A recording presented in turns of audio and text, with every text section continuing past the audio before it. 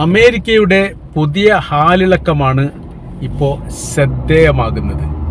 New York ടൈംസാണ് ഈ വിഷയവുമായിട്ട് ബന്ധപ്പെട്ട് ആദ്യം തന്നെ പരാമർശം നടത്തിയത്.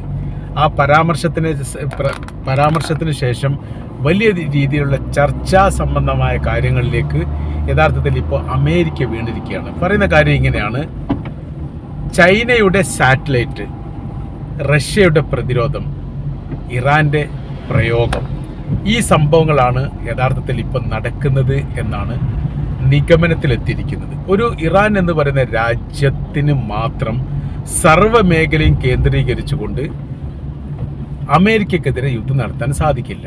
അത് അവർക്കും ലോകത്തിനും അറിയാം എന്ന് ഈ പത്രം വിവരിക്കുകയാണ്. സർവ്വമേഖലയും പരീക്ഷിക്കുകയും നിരീക്ഷിക്കുകയും ചെയ്തിട്ടുണ്ട് അമേരിക്ക. ഇറാനെതിരെ യുദ്ധം നടത്തുന്ന സമയത്ത് ഇറാനെക്കുറിച്ച് കൃത്യമായ രീതിയിൽ പഠിച്ചിട്ടില്ല എന്ന പരാമർശത്തോട് പ്രതികരിക്കുകയാണ്. കൃത്യമായ രീതിയിൽ നിരീക്ഷണ കാര്യങ്ങൾ നടത്തിയിട്ടുണ്ട്. പക്ഷേ അത് വേണ്ട വിധം പ്രയോഗവൽക്കരിക്കുന്നിടത്ത് എവിടെയോ പാളിച്ചകൾ പറ്റിയിട്ടുണ്ട് എന്നാണ് അനുമാനം. എന്നാൽ അങ്ങനെയൊന്നുമല്ല ഇപ്പോഴത്തെ കാര്യങ്ങൾ പോകുന്നത്. കാരണം പരമാവധി രാജ്യങ്ങൾ, പ്രത്യേകിച്ച് മൂന്നാം ലോക രാജ്യങ്ങളുടെ നിലനിൽപ്പുമായി ബന്ധപ്പെട്ട് ഇറാൻ ഇപ്പം നയിക്കുന്ന യുദ്ധത്തിന് വലിയ രീതിയിലുള്ള ബന്ധമുണ്ട്.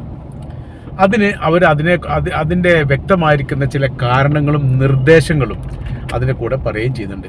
എന്തുകൊണ്ട് കൃത്യമായിരിക്കുന്ന ലക്ഷ്യം വെച്ചുകൊണ്ട് ഇറാന് അമേരിക്കയുടെ സൈനിക ബേസ് ആക്രമിക്കാൻ സാധിക്കുന്നു എന്നുള്ളതാണ് ഇതിൽ പ്രധാനപ്പെട്ട വിഷയം. അതിന് സാറ്റലൈറ്റിൻ്റെ സഹായമില്ലാതെ ഒരിക്കൽ പോലും അത് നടക്കുകയില്ല. അതിന് മറുപടിയായിട്ട് വരുന്നു. സാറ്റലൈറ്റ് ചിത്രങ്ങൾ എന്ന് പറയുന്നത് ചൈനയിൽ നിന്ന് ഇറാൻ ഇതിന് മുൻപ് സാറ്റലൈറ്റ് വാങ്ങിയിട്ടുണ്ട്, വില കൊടുത്ത് വാങ്ങിയിട്ടുണ്ട്.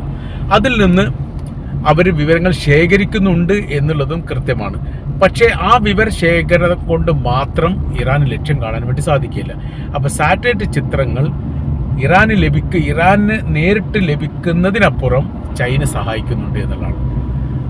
അവിടെ തന്നെ വിഷയം അവസാനിച്ചിട്ടില്ല. ഇറാൻ്റെ അകത്ത് ഇപ്പോൾ വലിയ രീതിയിലുള്ള പ്രതിരോധ സംവിധാനം നടക്കുന്നു. മുൻപത്തെ പോലെ നേരിട്ടുള്ള ആക്രമണത്തിൽ വേണ്ട വിധം വിജയിപ്പിച്ചെടുക്കാൻ വേണ്ടിയിട്ട് അമേരിക്കക്ക് സാധിക്കുന്നില്ല. അപ്പോൾ അതിൽ അവർ നിരാശരുമാണ്. ഇത് എന്തുകൊണ്ട് അങ്ങനെ സംഭവിക്കുന്നു എന്നതിനെക്കുറിച്ച് അവർക്ക് കൃത്യമായ രീതിയിൽ വിവരങ്ങൾ പറയാൻ വേണ്ടി സാധിക്കുന്നില്ല എന്നുള്ളതാണ്. അപ്പോൾ വലിയ പ്രതിരോധ കാര്യങ്ങൾ എന്ന് പറയുന്ന സമയത്ത് രണ്ടിലധികം വിമാനങ്ങളെ ഇറാന്റെ അതിർത്തി കടന്നുകൊണ്ട് അമേരിക്ക യുദ്ധത്തിന് വേണ്ടി പറഞ്ഞയച്ച വിമാനം കാണാതെ പോയതുമായിട്ട് ബന്ധപ്പെട്ട് വലിയ അന്വേഷണം നടത്തി.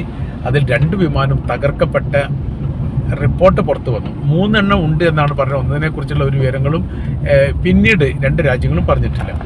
അതിലാണ് ഒരു പൈലറ്റ് ജീവനോടെ താഴെ വീഴുന്നു, ഓടി രക്ഷപ്പെടുന്ന പൈലറ്റിന് ഇനാം പ്രഖ്യാപിച്ചുകൊണ്ട് വലിയ അന്വേഷണ കാര്യങ്ങൾ അമേരിക്ക ആരംഭിക്കാൻ കാരണം ഈ വിമാനവുമായിട്ട് ബന്ധപ്പെട്ട് രഹസ്യങ്ങൾ ചോർത്താൻ വേണ്ടിയിട്ട് പൈലറ്റിന് സാധിക്കും. ഇറാന്റെ കൈവശത്തിൽ ഒരു പൈലറ്റ് കുടുങ്ങിയാൽ രാജ്യത്തിൻ്റെ മർമ്മപ്രധാനമായിരിക്കുന്ന പല രഹസ്യങ്ങളും പൈലറ്റിൽ നിന്ന് ഇറാൻ ചോർത്തിയെടുക്കാൻ സാധിക്കും എന്ന ഒരു വിഷയം നിലനിൽക്കുന്നതിനാൽ വലിയ പ്രയാസമായിരുന്നു അമേരിക്കക്ക്. പിന്നീട് യുദ്ധ സാഹചര്യം ഉണ്ടാക്കിയിട്ടാണ് ആ പൈലറ്റിനെ ഇറാൻ്റെ ഏതോ ഭാഗങ്ങളിൽ വെച്ച് ഒളിച്ചിരിക്കുകയാണെന്നൊക്കെ പറഞ്ഞു. ഗുഹയുടെ ഏതോ മറഞ്ഞ ഭാഗത്ത് ഒളിച്ചിരിക്കുന്നു. അവർക്ക് മറ്റ് മൊബൈൽ അല്ലാത്ത രീതിയിലുള്ള കമ്മ്യൂണിക്കേഷനുമായിട്ട് ബന്ധപ്പെട്ട ഏതോ സംവിധാനത്തിൽ തടസ്സം നേരിട്ടു ആദ്യഘട്ടത്തിൽ. പിന്നീട് ഇയാൾക്ക് അതിൻ്റെ ഈ ഭാഗങ്ങൾ, അതായത് ഒളിഞ്ഞിരിക്കുന്ന സ്ഥലത്തെക്കുറിച്ചുള്ള വിവരം നൽകാൻ വേണ്ടി സാധിച്ചു. അവിടെ എത്തിയിട്ട് ഇയാളെ രക്ഷപ്പെടുത്തിയെന്നാണ് പറയുന്നത്. അപ്പോൾ അതിൽ നിന്ന് മനസ്സിലാക്കേണ്ട കാര്യം, അവിടെ ഒരു പ്രതിരോധം വന്നിട്ടുണ്ട്. 2 വിമാനങ്ങൾ തകർക്കപ്പെട്ടിട്ടുണ്ട് എന്നുള്ളത് അമേരിക്ക പറഞ്ഞതാണ്. കാണുന്നില്ല എന്നവർ പറയുന്നു എന്ന് മാത്രം.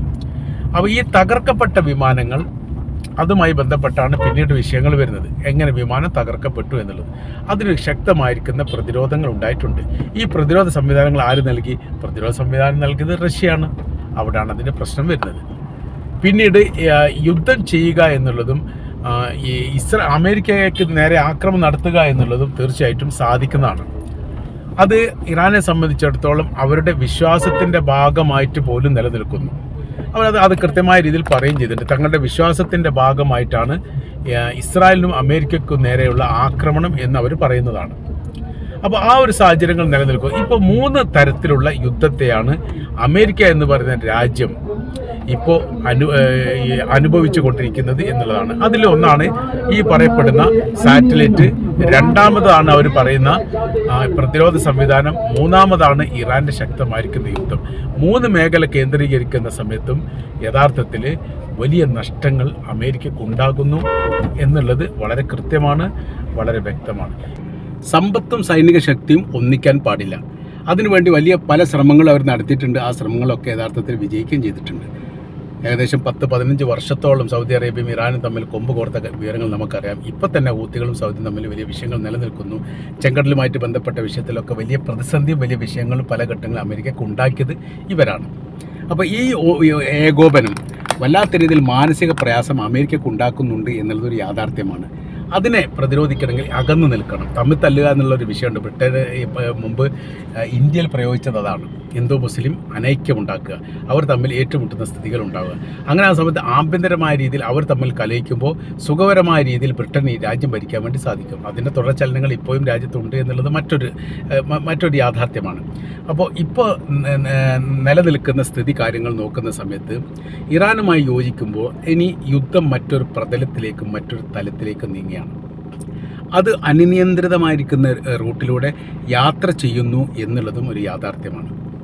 ഇപ്പോഴത്തെ സാഹചര്യങ്ങൾ വിലയിരുത്തുന്ന സമയത്ത് അമേരിക്കക്ക് ഈ മേഖലയിൽ വലിയ റോളില്ലാതെ വരുന്നു. കാര്യം എന്ന് പറഞ്ഞാൽ അമേരിക്ക ഉള്ളത് കൊണ്ടാണ് തങ്ങളുടെ രാജ്യം ശിഥിലമാകുന്നത്, പ്രയാസം ഉണ്ടാകുന്നത്. അതുകൊണ്ട് തങ്ങൾ എല്ലാ കാര്യത്തിലും അമേരിക്കക്ക് സപ്പോർട്ട് ചെയ്യില്ല എന്ന് തുറന്ന് പറയുന്നു ഇപ്പോൾ അറേബ്യൻ രാജ്യങ്ങൾ. മുൻപൊന്നും ഇത്തരം വിഷയങ്ങൾ കാര്യങ്ങളും സംസാരിക്കാറില്ല. ബഹ്റൈനും കുവൈറ്റും പോലും അമേരിക്കയെ ധിക്കരിക്കുന്നിടത്തേക്ക് കാര്യങ്ങൾ എത്തുന്നു എന്ന് പറയുന്ന സമയത്ത് അതിനെ നിസ്സാരമായിട്ട് നമുക്ക് കാണാൻ വേണ്ടി സാധിക്കുകയില്ല. അപ്പോൾ ഈ നാറ്റോ സഖ്യത്തിലേക്ക് ഇറാൻ വരിക എന്ന് പറഞ്ഞാൽ ഇറാൻ സൈന്യാധിപരായിട്ട് യഥാർത്ഥത്തിൽ നിലനിൽക്കാനുള്ള സാധ്യത വളരെ കൂടുതലാണ്. അങ്ങനെ വരുന്ന സമയത്ത് ഒരു ഭാഗത്ത് സാമ്പത്തിക സഹായം ഉണ്ടാകുന്നു, മറുഭാഗത്ത് സൈനിക സഹായം ഉണ്ടാകുന്നു. പിന്നെ വളരെ എളുപ്പത്തിലൊന്നും ഇറാൻ എന്ന് പറയുന്ന രാജ്യത്തിന് മറ്റു ലോക രാജ്യങ്ങളെ ആക്രമിക്കാൻ പറ്റാത്ത വിധമുള്ള സംവിധാനങ്ങൾ ഒരുക്കാൻ വേണ്ടി സാധിക്കും. ഇപ്പോൾ തന്നെ ഇറാൻ പറഞ്ഞിരിക്കുന്ന ഒരു കാര്യമുണ്ട്. മിഡിൽ ഈസ്റ്റിൽ നിന്ന് അമേരിക്ക പുറത്തു പോകണം. നിങ്ങൾക്കിവിടെ റോളൊന്നുമില്ല, നിങ്ങൾ ഈ വിഷയവുമായിട്ട് ബന്ധപ്പെട്ട് നിൽക്കേണ്ട രാജ്യവുമല്ല, നിങ്ങളുടെ ഭൂപ്രദേശത്തിൻ്റെ ഭാഗവുമല്ല, അതുകൊണ്ട് പുറത്തു പോകണം. അതവർ കൃത്യമായ രീതി പറഞ്ഞിട്ടുണ്ട്. അതിൻ്റെ ഒരു തുടർ ചലനങ്ങളൊക്കെ അല്ലെങ്കിൽ തുടർ പ്രവർത്തനങ്ങളൊക്കെ യഥാർത്ഥത്തിൽ നടക്കുന്നുണ്ട് എന്നുള്ളതും യാഥാർത്ഥ്യമാണ്. കാരണം ഖത്തറിൽ നിന്ന് പരമാവധി അവർ അവരുടെ സൈനിക സംവിധാനത്തെ ഒഴിവാക്കുന്നു, മാറ്റി നിർത്തുന്നു. അത് ജോർദാനിലേക്കാണ് എത്തിച്ചത് എന്നുള്ള റിപ്പോർട്ടും പുറത്തു വന്നിട്ടുണ്ട്. അതേപോലെ തന്നെ ബഹ്റൈൻ, കുവൈറ്റിൽ നിന്നും അത്തരം പ്രവർത്തനങ്ങൾ അവർ ചെയ്തുകൊണ്ടിരിക്കുകയാണ്. അതിൻ്റെ അർത്ഥം എന്ന് പറയുന്നത് സുരക്ഷിതയുമായിട്ട് ബന്ധപ്പെട്ട് അമേരിക്കയുടെ കാര്യങ്ങൾ വല്ലാത്ത രീതിയിൽ കട്ടപ്പുകയായിട്ട് മാറുന്നു എന്നുള്ളത് തന്നെയാണ്. അപ്പോൾ ഇറാനെ സംബന്ധിച്ചിടത്തോളം അവർക്ക് കൃത്യമായിരിക്കുന്ന ലക്ഷ്യങ്ങളുണ്ട്. അവരിപ്പോൾ തുറന്ന് പറഞ്ഞിരിക്കുന്ന കാര്യം എന്ന് പറഞ്ഞാൽ ഞങ്ങൾ ഒരിക്കലും അമേരിക്കയുമായിട്ട് ചർച്ചയ്ക്കില്ല. കാര്യം അമേരിക്ക പറയുന്ന കാര്യമല്ല അമേരിക്ക പ്രവർത്തിക്കുക, അമേരിക്ക തീരുമാനിക്കുന്ന കാര്യമല്ല അമേരിക്ക പറയുക. എല്ലാത്തിനും വ്യത്യസ്തതയുണ്ട്. ഈ വ്യത്യസ്തത യഥാർത്ഥത്തിൽ നമ്മളെ സംബന്ധിച്ചിടത്തോളം നമ്മൾക്ക് വലിയ പ്രയാസം ഉണ്ടാക്കുന്ന കാര്യമാണ്. അവരെടുത്ത് ഇരുന്നിട്ട് അവരുടെ വിരോധാഭാസ കഥകൾ കേൾക്കാൻ വേണ്ടി 2ാം ലോക യുദ്ധത്തിൽ അവർ സർവാധിപത്യം നേടിയിരിക്കുന്ന കഥകൾ കേൾക്കാനൊന്നും നമുക്ക് താല്പര്യമില്ല എന്ന് പറഞ്ഞു നിർത്തുന്നു യഥാർത്ഥത്തിൽ ഇറാൻ ഈ വിഷയത്തിൽ. ഇതെല്ലാം അമേരിക്കയെ സംബന്ധിച്ചിടത്തോളം അവർക്ക് മാനസികമായിട്ട് തന്നെ വലിയ പ്രയാസവും വലിയ ബുദ്ധിമുട്ടും ഉണ്ടാക്കിയിരിക്കുന്ന കാര്യമാണ്. അപ്പോൾ ഈ ഇറാനിലെ സൗദി അറേബ്യ ഇതിൽ മനസ്സിലാക്കുന്ന ഒരു കാര്യമുണ്ട്. പല ഘട്ടങ്ങളിലും പല തരത്തിലും ആണവായുധവുമായിട്ട് ബന്ധപ്പെട്ട കാര്യം അമേരിക്കയോട് സൗദി അറേബ്യ ആവശ്യപ്പെടുക എന്ന് പറഞ്ഞാൽ മിഡിൽ ഈസ്റ്റിൻ്റെ സുരക്ഷയുമായിട്ട് ബന്ധപ്പെട്ട് പിന്നീട് സമാധാന ആവശ്യത്തിന് ഉപയോഗിക്കാൻ വേണ്ടിയിട്ട് തങ്ങൾക്ക് ആണവായുധം വേണം എന്നുള്ളതായിരുന്നു ആവശ്യം. അതെല്ലാം നിരാകരിച്ചു. എത്ര കാലത്തോളം അമേരിക്കയുടെ പ്രസിഡന്റുമാർ ഉണ്ടായിട്ടുണ്ടോ അത്രയും കാലം അത് നിരാകരിക്കുകയാണ് ചെയ്തത്. UN സഭയിൽ പോലും ഈ വിഷയവുമായിട്ട് ബന്ധപ്പെട്ട കാര്യം ഈ ഇറാൻ സൗദി അറേബ്യ പറഞ്ഞിട്ടും അതിനെ നിരാകരിച്ചുകൊണ്ട് അതിനെ ഒഴിവാക്കിയത് എന്ന് പറയുന്നത് യഥാർത്ഥത്തിൽ അമേരിക്ക തന്നെയാണ്. അപ്പോൾ പക്ഷേ ഇറാനെ സംബന്ധിച്ചിടത്തോളം ഇറാനും ഇവരും തമ്മിലുള്ള ബന്ധം, ഇറാനും റഷ്യയും തമ്മിലുള്ള ബന്ധത്തിൻ്റെ അടിസ്ഥാനത്തിൽ നിലവിൽ ഏതോ കാരണത്താൽ ഇറാൻ്റെ കൈവശത്തിൽ ആണവായുധമുണ്ട് എന്ന് സംശയിക്കുന്നു. ഈ സാഹചര്യങ്ങൾ ഉണ്ടാകുന്നത് എങ്ങനെയാണ്?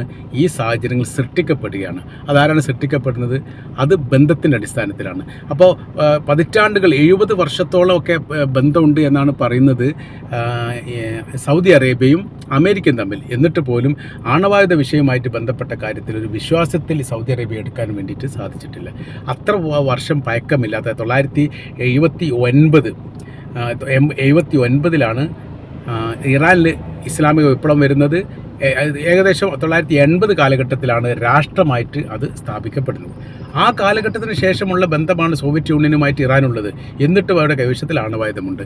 ഇതെല്ലാം കൂട്ടി വായിക്കുന്ന സമയത്ത് വല്ലാത്തൊരു മാറ്റങ്ങൾ ഈ മേഖലയിൽ വരുന്നുണ്ട് എന്നുള്ളതും, വല്ലാത്ത ഭയപ്പാടിലാണ് അമേരിക്ക നിലനിൽക്കുന്നത് എന്നുള്ളതും തീർച്ചയായിട്ടും നമുക്ക് പറയാൻ വേണ്ടിയിട്ട് സാധിക്കുന്നതാണ്.